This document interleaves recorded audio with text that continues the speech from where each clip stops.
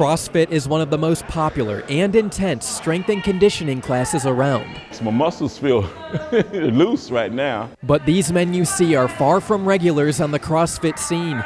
In fact, they're recovering addicts. I hit rock bottom.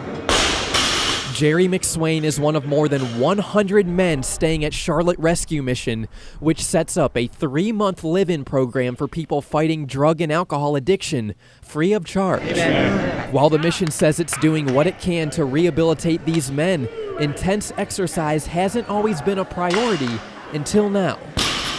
The Charlotte Rescue Mission has been around for more than 70 years, but it wasn't until recently some local gyms passed down some equipment to help these men get into better shape on their road to recovery. Just to instill this idea that proper movement and is going to help you overall feel better.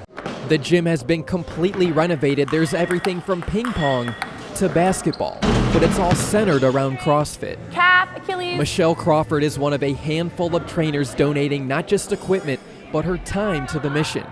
And the mission says it's already working.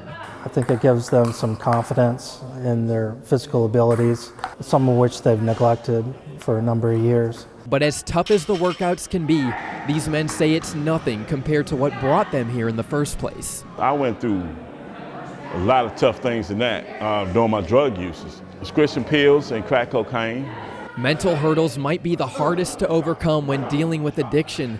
But at the mission, the feeling is that they can, at the very least, help ease the physical trauma drugs and alcohol have done to their bodies. And if they go on to do CrossFit, great, but if they go on to do any sort of exercise on a regular basis is really the goal here. And while Crawford is committing her time and experience, some of these men say what goes around comes around. And I was surely glad to like to come back here and be a volunteer here. In Charlotte, David Centendry, Fox 46, WJZY.